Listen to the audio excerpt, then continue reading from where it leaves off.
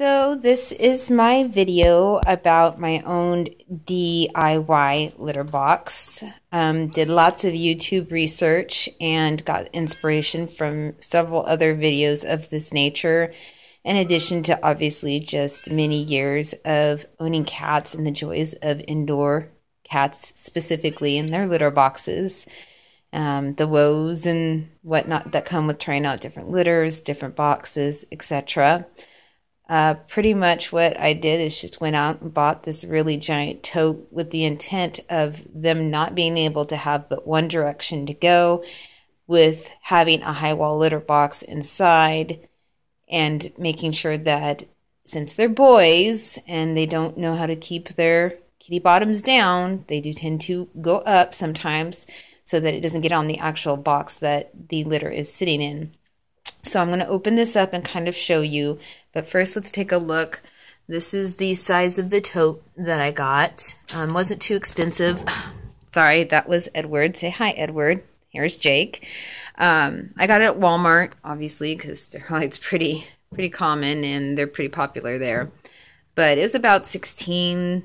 No, I'm sorry, it was $19. My apologies. About $19. So it's pretty sturdy, thick rubber plastic material. So it's got handles here that you just snap off and on, and they're pretty sturdy and secure, not flimsy in any manner, so they won't be able to just pop it off or anything like that.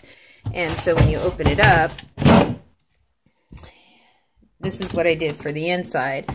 I just bought another similar plastic tote. This one actually worked out well. Sorry, that was Jake knocking over that. Thank you, Jake.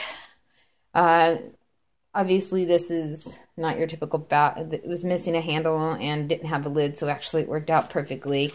And I just filled it up with litter. And then I have litter mats inside, just because if I ever did want to clean this out, it's on the litters, and I don't have to mess per se with the bottom half, but I typically vacuum anyway, so I don't know, just had a place to put them, because as you can see, I've got a lot of those.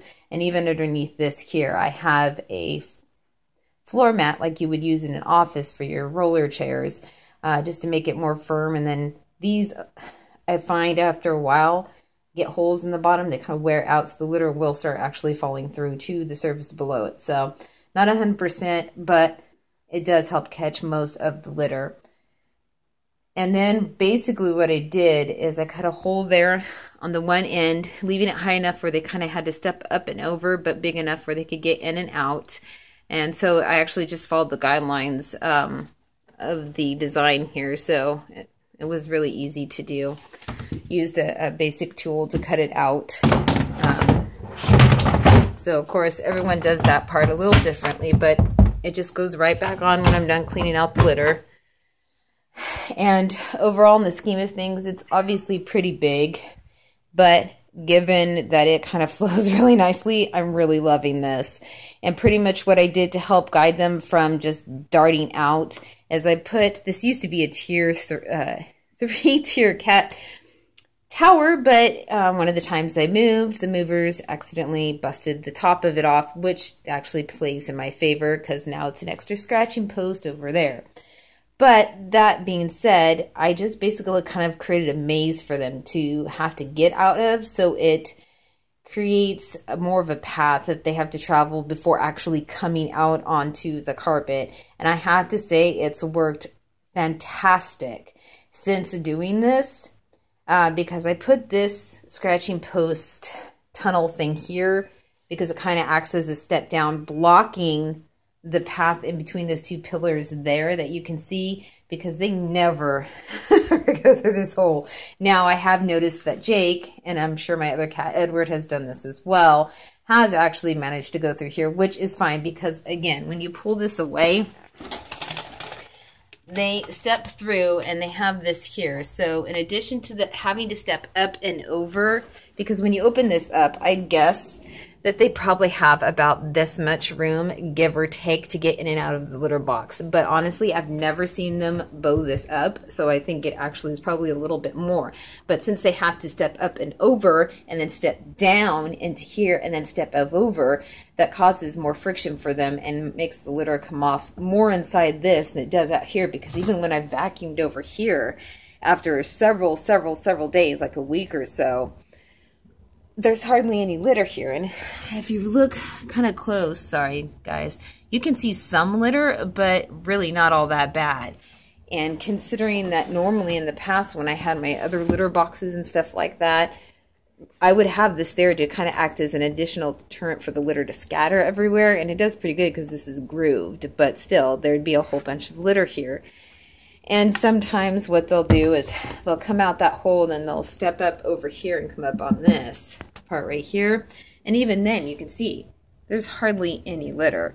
I have to say this is one of the best ideas that I've done so far, and it actually being beneficial. It helps contain the smell. Now you do see I have a couple of those on the inside. I actually have one on the outside as well. This is just an extra backup, and so far it seems to be working well. I can't smell it even when that boy right there, who doesn't cover up his business because he's all heart and no brain, you could really smell when he used the litter box. This really helps with that, in addition to that being in there. So I definitely would recommend this. It's obviously not the most aesthetically pleasing, but for me, a litter box is not about how it looks, it's about functionality. I don't care if this was orange or green or whatever color and it was oddly shaped. If it contains the litter and the smell and it helps from getting it around the house, because I found it on my table and other random places, then I'm down with this. So I just wanted to share this with y'all. If you have any questions, post, like. I'm kind of new to this, so I'm I'm not really sure what other videos I would do, but I don't know. I just thought for all my fellow cat lovers out there and any pet owner who uses a litter box, I think this is a great idea to really contain it, and it's not extremely unsightly to me. And of course, those kind of totes come in different designs and colors. So, and I'm pretty sure for those who are super creative, I am, but I'm not going to go out of my way to decorate the cat litter box. At least not now. Then I'm sure you could get really creative with painting this and dolling up a little. This to me serves a dual purpose. So as you can see here, this is kind of disarrayed because I just cleaned their litter box. But pretty much, this is empty now, but even when it's empty, I kind of push it up underneath here like that. So this sits on it so it can't be budged per se, so they can't try and, you know, get out over here. Which if they did, this is ribbed, so it still would act as an additional litter barrier, so to speak. But I just put all their supplies and stuff right here on top of it, and it kind of acts as that cat supply central. Now, the litter box may be aesthetically not pleasing again, which you could find somewhere else to put that, I'm sure. But honestly, it's not. It doesn't bother me at all. And most of my friends and family who have come over, it doesn't bother them at all. So let me know what you think. If you have any ideas, suggestions. The litter I use is the one you see there, and I really like it. It's the Arm & Hammer Clump and Seal Lightweight, the one that's 100% dust-free. And it is. It actually is dust-free. I've been using it for 6+ months or more now, actually. I think longer than that. And cost-wise, it's average. There are litters that are a little bit cheaper. It's about $12 a box. Occasionally, I've gotten coupons, so I get it for $9 or $10, just depending on the coupon and the store that I buy it from, because, of course, every store is different in what they charge. It does okay on the clumping. Obviously, the longer it sits, the harder the clump is going to be, so it's more effective when it's been able to sit for a little while. But otherwise, smell isn't bad. This is multi-cat, so it's not really supposed to be scented, but obviously you can tell that there's some kind of scent control going on there. But they seem okay with it. I've tried so many different litters in the past, it's not even funny. I've used Pine Fresh. I've never really used, no, I did use the crystals at one point. I've used the walnut, the corn, the wheat, the clay. I haven't tried the newspaper kind yet, because to me, I don't see how that's effective. but I guess unless you really try it and given the conditions that you're using it in, it could be effective for some. But I really like this so far. I tried to go natural for my cats because I do believe that, you know, since they're licking their paws and everything, the chemicals and stuff that are typically found in your litter boxes aren't ideal for their health and can contribute to long-term effects. But so far they're doing fine. And honestly, the Pine Fresh, which I got, was pellets, you know, just compressed tree pellets. Sorry, tree pellets, that's not correct. It was wood pellets. And basically when they would use the facility, specifically number one, or when they pee, it broke down into mulch. And the mulch didn't really track all that bad. But given that if you don't stay consistent with it, and for those who are laid back, it may not bother them as much. For those that are a little more particular is the nice way I can put it about that kind of stuff, I would try and keep it to where I would scoop out as much as I could to keep the mulch from overbuilding, because eventually the mulch, it becomes completely mulch. There's no pellets left, and then you have to change it out. It did okay for absorbing the pee and everything else like that, but when it came to their poop, number two, whatever you want to call it, it wasn't as effective. It had a great fresh pine smell. Some people might complain because it's strong. I know my mom did when she was around it, but for the most part, it rather smelled pine than half the smells that these kitty litters have nowadays. So anyways, that's what I use. They don't seem to have any issues with it. Real quick note back to the litter box itself specifically. My cats, I have to say, are amazing in that they adjust to anything I throw at them. I have changed out their litter boxes more times than I can count. I have changed their litter on them more times than I can count. I've rearranged things, and they always just go with the flow. I've never had any accidents outside the box, any aversions to any of the things that I've used, such as the litter, etc. So I have to say I'm very fortunate in that. Some cats might not like the inside setup of this. To them, it may be kind of claustrophobic. My cats don't seem to care. They go to the bathroom, they do their business, they come out, and they play and wake me up in the middle of the night because, you know, they can't handle not having mommy around because I don't let them in my bedroom. I prefer my bedroom stay cat hair free because these guys do shed. And so I get woken up by them. But for the most part, they're really good cats, and they've gone with the flow on a lot of the stuff that I've thrown at them. Because as any good cat owner knows, finding the perfect litter and litter box setup is like a dream come true. I also went from using automatic feeders to just feeding them by hand now, only because at first I couldn't let them use a plain old automatic feeder. I'm sorry, I couldn't let them just eat from a bowl, like put a cup of food in there and it lasts all day long. They'd inhale it. A few times when I would try and experiment with that, I'd come home and, you know, there'd be a surprise waiting for me because they'd eaten it so fast it just came right back up.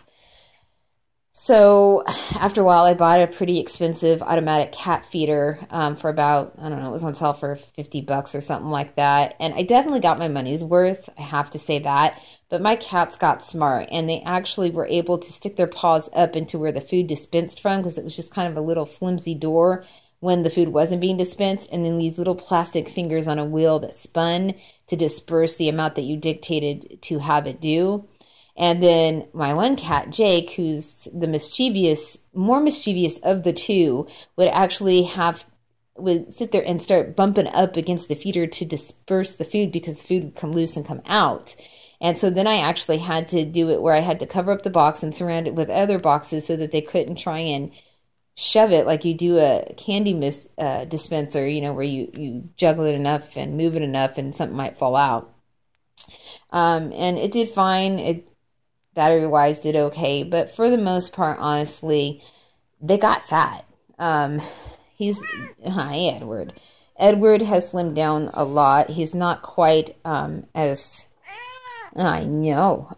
He's not quite as big as he once was, but he's always been a very muscular boy. He's my jockey, so to speak. He's a powerhouse. He's very strong. They both have very good bites and extremely sharp teeth, but he's the more solid of the two. And then Edward over there has always been kind of lanky and skinny. He's not quite so skinny now since I went to the automatic feeder. Yes, I know you guys are hungry. But as you can see, he's filled out some, but he got kind of big around here. And I don't know. I don't think it's fair when cats are fat. In nature, you don't see fat cats. So, you know, it's not good to, unless they can actually control themselves, and some cats can. Mine, unfortunately, because they started off on a schedule of eating every 6 hours when I was staying with family, and I couldn't feed them during the day. My dad would on their cat schedules. They got used to having food at specific times, and were always very very excitable when it came to eating. And so I couldn't just leave bowls out for them. The feeder kind of helped because that had the ability to dispense 3 meals a day, and I would feed them every 8 hours. And it was a 5-gallon container, so it held, or 5 pounds, I'm sorry. So it held quite a bit, and I could go long periods of time, go for the weekend, come back for a couple of days or whatever, and eat plenty of food. I've always had a water dispenser like that of some nature. But now, recently, I bought what you see there for the food feeder, thinking, okay, it's inexpensive. I don't have to spend, $50. This was $5. Not as big of a dispenser to hold food, but I'm no longer needing to go out of town as frequently, so I can fill it more often. So I wasn't as concerned about the capacity as I was at dispensing food. However, again, I noticed that they got better at not chowing down on the food to where it would all be gone. You could tell that they were kind of pacing themselves, but this guy here, more than this one here, would snack more than anything else, and that's why he's kind of put on a little weight. They've slimmed down some since I started cutting back on this about a week ago. But the only thing I have to say, if you get something like this, is just be careful, because I've noticed that you fill this up. First of all, I had to use duct tape to try and keep the lid down, because you could see where it kind of has this thing, but look how easily it comes up. I don't know if it's just a fluke with this one, but there's no catch. It doesn't clasp, really.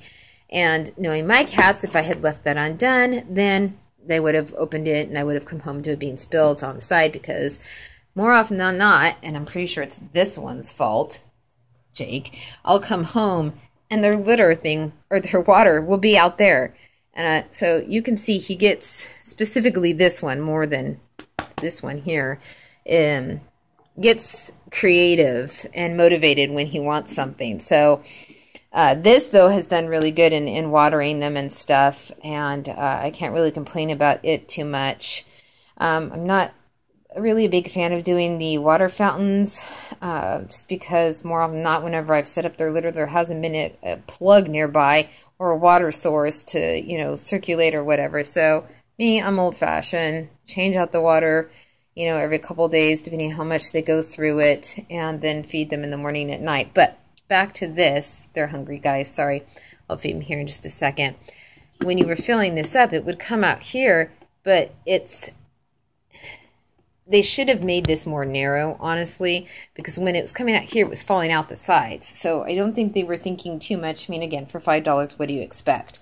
I don't really think they were thinking too much about the flow of the food and where it would go once it was out of the mouth of the food container part. But that being said, now it just serves as a food feeder because it's a bit bigger bowl than the 2 little ones that I have, and I just let them have at it. So let me know, again, what y'all think. Sorry, this ended up turning into a longer video than I anticipated.